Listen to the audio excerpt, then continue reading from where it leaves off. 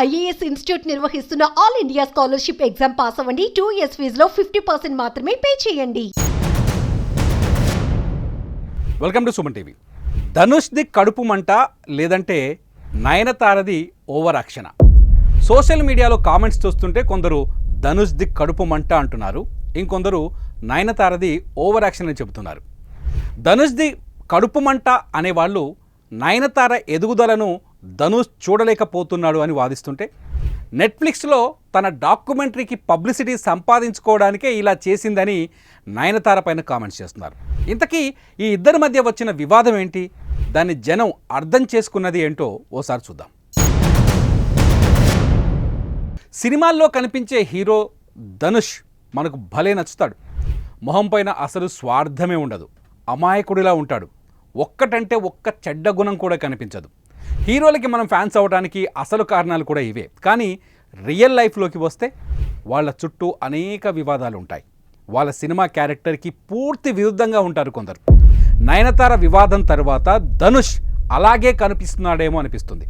ఇంతకీ ఈ వివాదం ఏంటో నేను మీకు ఇప్పుడు చెప్పాల్సిన పని లేదు. కానీ ఎందుకు ధనుష్ ఇంత కఠినంగా ప్రవర్తించాడు అన్నది ఇక్కడ ఇప్పుడు మాట్లాడుకుందాం.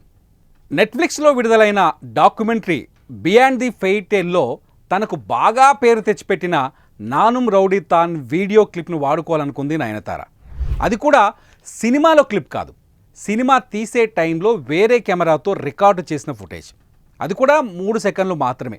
అంతేకాదు సినిమాలోని కొన్ని క్లిప్స్ను కూడా వాడుకునేందుకు ధనుష్ చుట్టూ తిరిగింది నయనతార. ఎందుకంటే ధనుష్ ఈ సినిమా ప్రొడ్యూసర్. 2 ఏళ్ల నుంచి ధనుష్ను రిక్వెస్ట్ చేస్తున్నా ఆయన కనీసం రిప్లై కూడా ఇవ్వలేదు.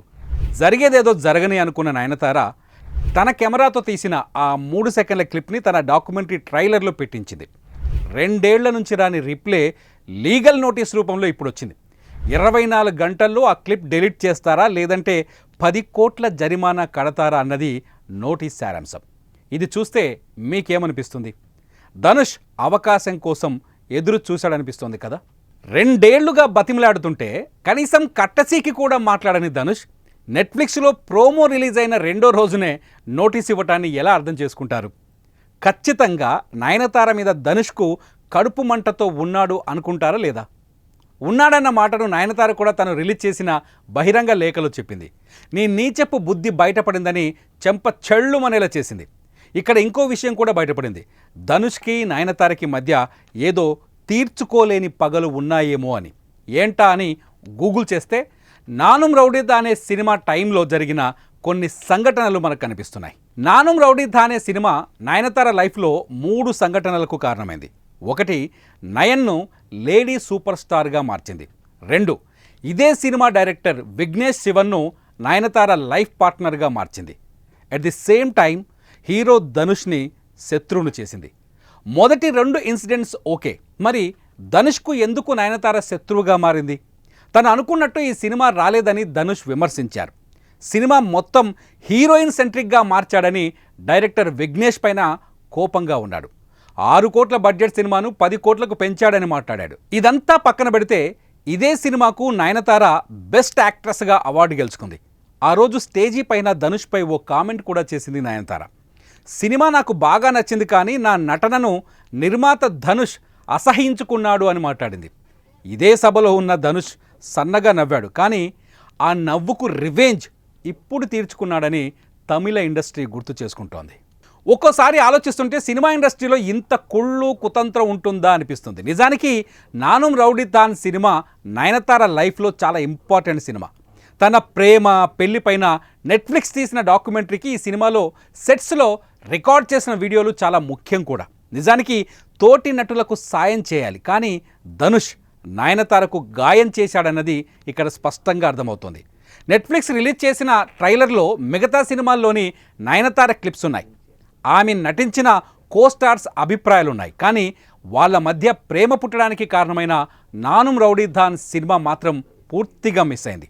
ధనుష్ ఉద్దేశపూర్వకంగానే అడ్డుకున్నాడనేది ఇక్కడ అర్థమవుతోంది. నయనతార ఉద్దేశం ఇక్కడ గొప్పగా కనిపిస్తే ధనుష్ ఉద్దేశం పూర్తిగా స్వార్థంగా కనిపించింది. అందుకే సోషల్ మీడియాలో నయనతారకు తోటి నటుల నుంచి బోలెడంత మద్దతు లభించింది. అనుపమ పరమేశ్వరన్, అంజు కురియన్, ఐశ్వర్య లక్ష్మి లాంటి హీరోయిన్స్ నయనతారకు మద్దతు ప్రకటించారు. ధనుష్ది వ్యక్తిగత కక్ష అని వాళ్ళు కూడా మాట్లాడుకొచ్చారు. ఇదే టైం అనుకొని సుచిత్ర కృష్ణన్, గతంలో ధనుష్ తనకు మత్తుమందిచ్చి లైంగిక దాడి చేశాడని ఆరోపించిన మహిళ మళ్ళీ తెరపైకి వచ్చింది. నయనతార చేసిన పనికి స్ట్రాంగ్గా మద్దతిచ్చింది. ధనుష్ తన సినిమాల్లో నటించే హీరోయిన్లందరినీ లైంగికంగా వేధించాడని ఆరోపించింది. అతని సినిమాల్లో నటించిన ప్రతి హీరోయిన్కు ధనుష్తో బ్యాడ్ ఎక్స్పీరియన్స్ ఉందని చెప్పుకొచ్చింది. దీంతో సినిమా ఇండస్ట్రీలో హీరోగా ఉన్న ధనుష్ ఒక్కసారిగా ప్రపంచానికి విలన్గా కనిపించాడు. మరి ఈ వివాదంపై ధనుష్ వాదనేంటి? అదర్ సైడ్ కూడా ఉంటుంది కదా. ధనుష్ మాట్లాడలేదు, కానీ అతని లాయర్లు చాలా క్లియర్గా చెబుతున్నారు. ఏదైనా ఒక సినిమాను నిర్మించినప్పుడు ఆ సినిమాకు సంబంధించిన పూర్తి కంటెంట్పై ఆ సినిమా నిర్మాతకే హక్కు ఉంటుందన్నది వాళ్ళ వెర్షన్. ఎవరి కెమెరాలతో వీడియోలు రికార్డ్ చేసినా ఆ హక్కులు నిర్మాత ధనుష్కే చెందుతాయని చెబుతున్నారు. నెట్ఫ్లిక్స్ ఇండియాను నయనతార తప్పుదోవ పట్టించారని ఆరోపించారు. అందుకే క్లిప్ డిలీట్ చేయండి, లేదంటే 10 కోట్ల పరిహారం చెల్లించండి అని నోటీసు పంపించినట్టు చెబుతున్నారు. ఇంకో అడుగు ముందుకేసి సోషల్ మీడియాలో కొందరు నెటిజన్లు తమ డాక్యుమెంటరీకి పబ్లిసిటీ చేయడం కోసమే నయనతార ఇలా వివాదాన్ని రగిల్చిందని కొందరు కామెంట్ చేస్తున్నారు. అందుకే ధనుష్ది కడుపు మంట, లేదంటే నయనతారది ఓవర్ యాక్షన్ అన్నది ఇక్కడ ప్రశ్నగా మారింది. కానీ ఈ స్టోరీ విన్న తర్వాత మీకు ఏమనిపించింది? మీ అభిప్రాయాన్ని ఈ వీడియో కింద కామెంట్ చేయండి. సుమన్ టీవీలో మీ పర్సనల్ అండ్ బిజినెస్ ప్రమోషన్స్ కోసం కింది నెంబర్కి కాంటాక్ట్ చేయండి.